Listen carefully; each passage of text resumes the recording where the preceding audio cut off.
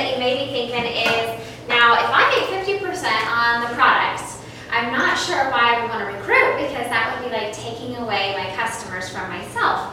But Mary Kay Ash always said, take the penny out of your eye so that you can see the dollar, because she knew that the real value and the real way to honestly make lasting money in Mary Kay, not that you can't have a great customer base and have great sales, because you can, and you can have lasting money in Mary Kay. But what I mean by really good money is when the business, when you're having to take a break because of a baby, because of a sickness, because of an illness, because of life sometimes happening, the recruiting is what can often take care of you because of the money that you are making each month because of the recruiting and the team that you've built. And so I always give the example, my national had breast cancer, she got staph infection after she had breast cancer.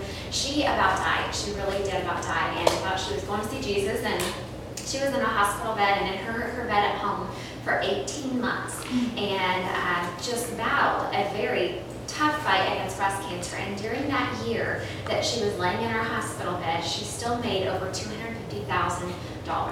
And most other companies, you would have had to have worried about losing your job. You would have had to, because I come from a human resource management standpoint, you would have had to worry about FMLA and then losing your job. Oftentimes, there's just a lot of repercussions, unfortunately, to illness when you work for a corporate job.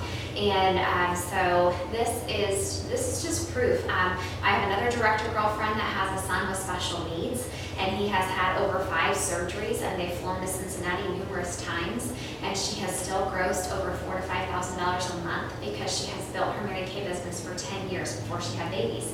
And so she had a team of women that she had brought on. And so take care of your business and do the recruiting when you can, because you just never know 3 years down the road, 5 years down the road, 10 years down the road, what life's going to bring. And I believe that with all my heart.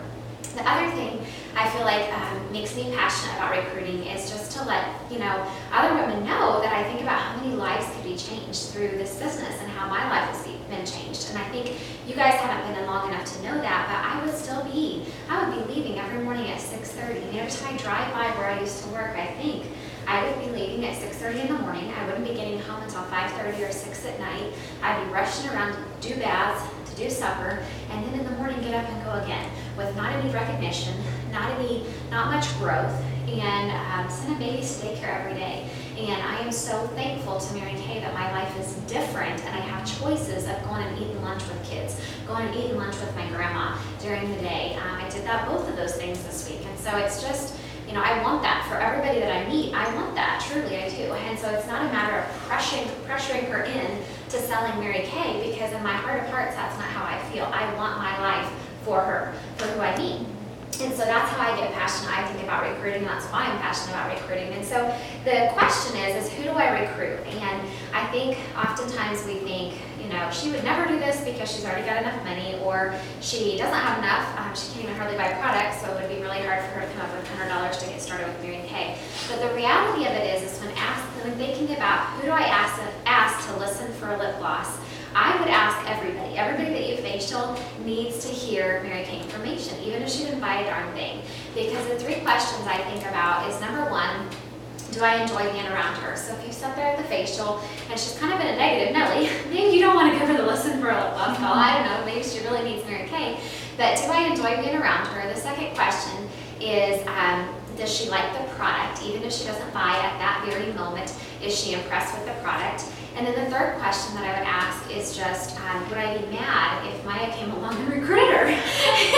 No, not Maya specifically. But would I be mad if anybody else recruited her? And if the answer to those questions is yes, then you've got to share Mary Kay information with her. It's your duty, it's your responsibility, because the reality of the business is that even if you have facialed somebody and they have bought products from you, but somebody else comes along and they facial her 6 months later and they invite her to a guest event and they ask her to listen for a lip gloss call and they layer her and you haven't ever recruited her. Now, if you have shared Mary Kay information with her, you've brought her to a guest event, you've had her listen for a lip gloss, we have some ground to stand on. But if you have never done that, if all you've ever done is just facial her and move on, and Susie Q 6 months later, does those things with her, Mary Kay Ash herself even said she's pretty much fair game for somebody else to recruit, which is sad.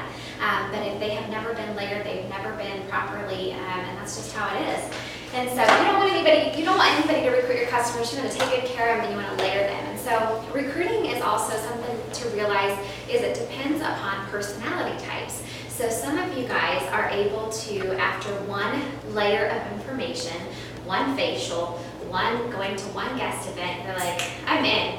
I'm recruiting. This sounds good to me. Some of you with different personality styles have to take like 4 to 5 different layers or different events or different experiences, Mary Kay experiences, before you decide, yeah, I think this might be my thing.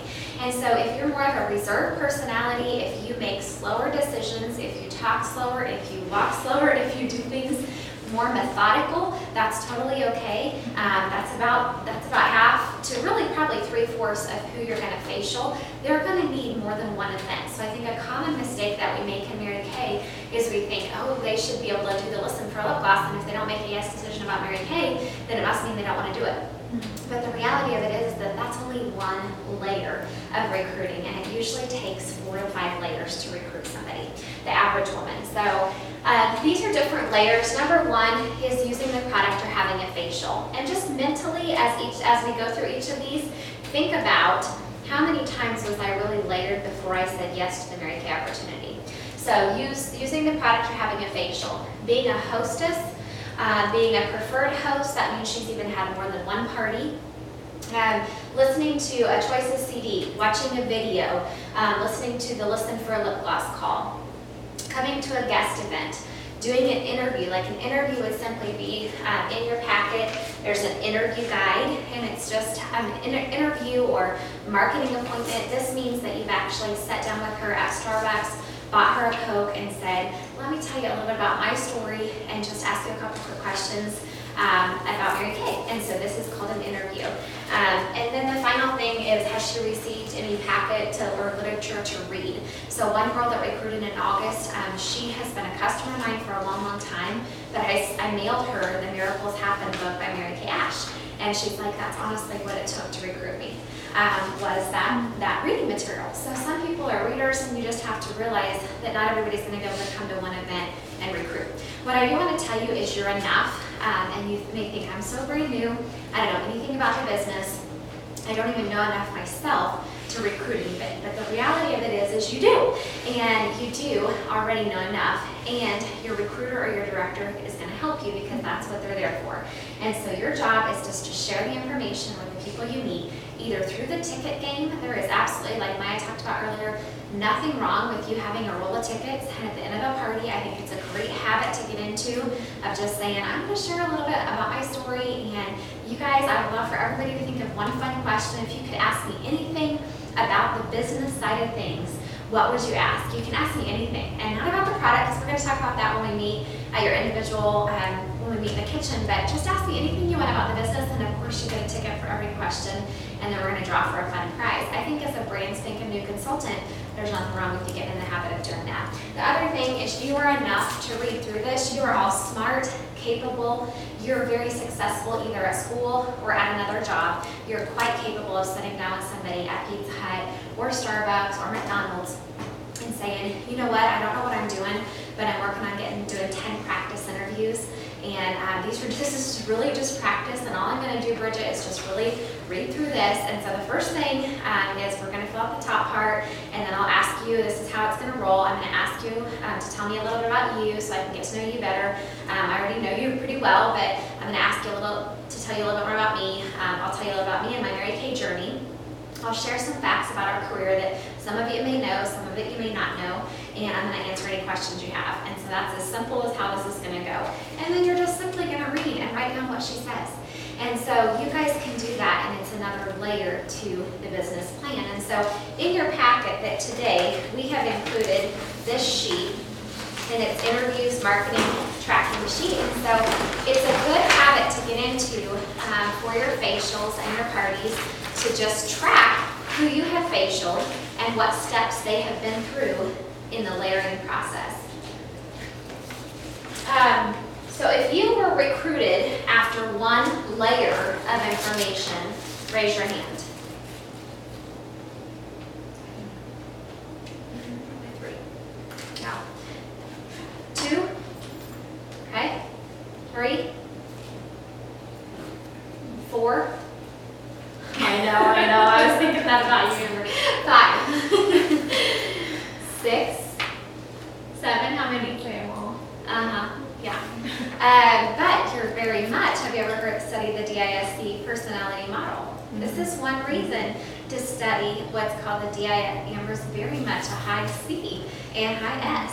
And I know that from the short time I've been around you. And so it's very important to know your personality styles. And the longer you're in the business, you're going to realize from being around Jennifer for a short amount of time, from being around Maya for a short amount of time, from being around Belinda for a short amount of time, you learn what characteristics about Mary Kay are going to jump out at Belinda because she's more of an S and C personality. And S and C personalities carry themselves differently than D's and I's carry themselves. And so you learn, okay, to a D personality, she cares about money, she cares about recognition, she cares about achievement. If you ask a D about herself, just a real quick lesson in the DISC personality, Ds are going to tell you how they've been successful in their career, and they're going to tell you about themselves and their job title and their achievements. If you ask an I, or what would jump out to an I about Mary Kay that's going to be appealing is going to be the recognition and the prizes. And that's why it's important to show what Mary Kay's to an I personality. Just showing this at the end of a party would probably honestly be enough. Just showing the pictures of her prizes and her recognition is probably going to be enough. To an S personality, if you ask an S to tell a little bit about yourself, the first question on the interview guide, an S is going to tell you about her family, and she's going to tell you about how old her kids are and how she's so proud of her kids and what her kids are involved in, and S, family and loyalty. And so Maya's pictures of Kate in here are going to sell to an S personality because they're going to see how this business can be worked in and around family. To a C personality, you need to talk about training, and you need to tell her about the training that we have in Mary Kay. If she thought she was going to be signed up and then sold on the products and started with inventory and then never trained, that's the scariest thing that a C could ever think about. Where an I and a D, I've never read the back of the agreement, but a C personality oftentimes is going to read the full back of the agreement. So different personality styles is so important to know your personality styles, to take that into account, and just really track through the layering guide, the layering sheet, so that you don't miss an S or a C personality, because S's and C's, once they're a part of your team, they are loyal, they are steadfast, and they are true. And they are women that are going to stand behind you and stand with you, whereas a D and an I might have a more flighty personality and be gone in 6 months. And so you want all different personality styles in your unit and on your team. And so that's a little lesson for... Where do you find that at? There are, I think it's on the Mary Kay website. I think maybe the DISC model is on the Mary Kay website. I have a book right now at home that I can put on my website. I'm putting a book reading list, and I can put it on there, and it's total little book, not a big read, but like a day read or 2 days read on in-depth DISC. Very cool book. And so I will get the name of that and put it on my Facebook page. The other thing that I want to talk to you guys about is how to invite a guest to a guest event. And so when we had the fashion show on Monday night, I just think I text people and said, I'm excited, we have a fun event coming up. It's a Mary Kay Fall Fashion Show, and would love to feature you as a model. I would, of course, have an awesome free gift for you. Going to see if I could borrow you as a model. And so whether it's most of the time that they're going to be modeling makeup or they're going to be modeling clothes. Well, of course, at the fashion show, they were modeling clothes. But most of the time at your guest events, you can say, I need models. And you really do, because like we have all this new stuff. It's very advantageous to have the sapphire, have a model with the sapphire, and have a model with the emerald. So she doesn't have to stand up and strut her stuff, but just simply saying, Jennifer, I have an event coming up, it's going to be super fun, and I need to borrow your face as a model, and I'll have a free gift for you. So the best thing that you can do with, to get somebody recruited or to do the recruiting process is to have those layers happen in a short amount of time. So when they take a long amount of time to go through the layers, chances are they're not going to recruit as quickly. So the goal is facial somebody. In the next 24 to 48 hours, have them listen for a lip gloss. Within the next week, they're going to have had their follow-up hot date look themselves or shared it with 3 to 5 girlfriends. And I really emphasize to her, even if, you know, your 3 to 5 girlfriends, even if we don't get together with your 3 to 5 girlfriends, if something happens, Bridget, I still want to get together with you for your hot date look. And so even if they're not able to show up, I still want to do that with you because it's super fun and I don't want you to miss out on it. And that is another layer, even though it's, and people recruit closest to the product. So I think in my first business, 5 years, 4 to 5 years, I would meet with somebody, I would meet them at Starbucks, I would expect them to recruit, and if they didn't recruit, then it was just kind of like, okay, well, see you later, because I really wasn't educated about this whole, or I didn't pay attention, or probably I didn't pay attention, but you know, the first appointment, 2 weeks later, the second appointment, and it'd be the glam look, and then the interview is in conjunction with the glam look. So during the glam look, it's another layer for her. It's not purposeless, it's not meaningless, even if it's just her, because it's another form of being able to recruit her. Does that make sense? Okay. So, follow-up from the guest event. When should your follow-up happen? And do you guys really, you know, do you follow up or do you expect your director to follow up? The question to that is, you follow up with her because she trusts you. She trusts you even more than she trusts my or I. Unless we are your recruiters, your guests that you bring to guest event trust you. So it's very important that you are the ones that are calling her and saying, Amber, I just want to thank you so much for coming last night to our fashion show. Hope you had fun. And I just have a couple quick questions that help me to be a better consultant. The first one is what was your favorite part? And so did you have a favorite part about the guest event last night? Was there something that surprised you about what my director Maya or what my director Lacey talked about? And the third question is just, you know, could you ever, on a scale of 1 to 10, 1 being, Maya says, 1 being I'd rather cut off my big toe than do Mary Kay, and 10 being sign me up, or what do you say? Just get started. Get started, yeah. Get started. Where would you be on your scale? And this is what those numbers mean. If they respond with a 1 to a 4, we say, well, you know what, we need great customers, and I appreciate you being a customer, and great, it needs to be the response. Even if she says 1 to 4, great needs to be the response. Because 1 to 4, girls, may not mean no. 1 to 4 may just mean she needs to come to another event. She needs to be a guest at another event. Or she needs to listen to the lip gloss call. And so great needs to be the response. If she says, and we always say no 5s because that's a chicken vote, so when you're asking her 1 to 10, no 5s, just 1 to 10. And so if she says 6 to 8, then the response needs to be, you know, that's awesome, Jennifer, that's great, I love 6s. And so it sounds like maybe, what if I bought you a coffee and we shared some more information, just allowed you to ask some more questions. So not, I'll tell you more about Mary Kay, I'm going to tell you more about Mary Kay, but what if, I love 6s, how would you feel about us meeting for coffee or a Coke and just allow you to ask some more questions? And then, a 9 or a 10 means she's ready. So you need to say, well, what would keep you from, I mean, she said a 9, I would say, what would keep you from a 9 to a 10? Because 9 is pretty darn close to 10. And somebody may say, well, actually, I just need, I need to wait till payday, or I need to talk to my husband, but I'm very interested.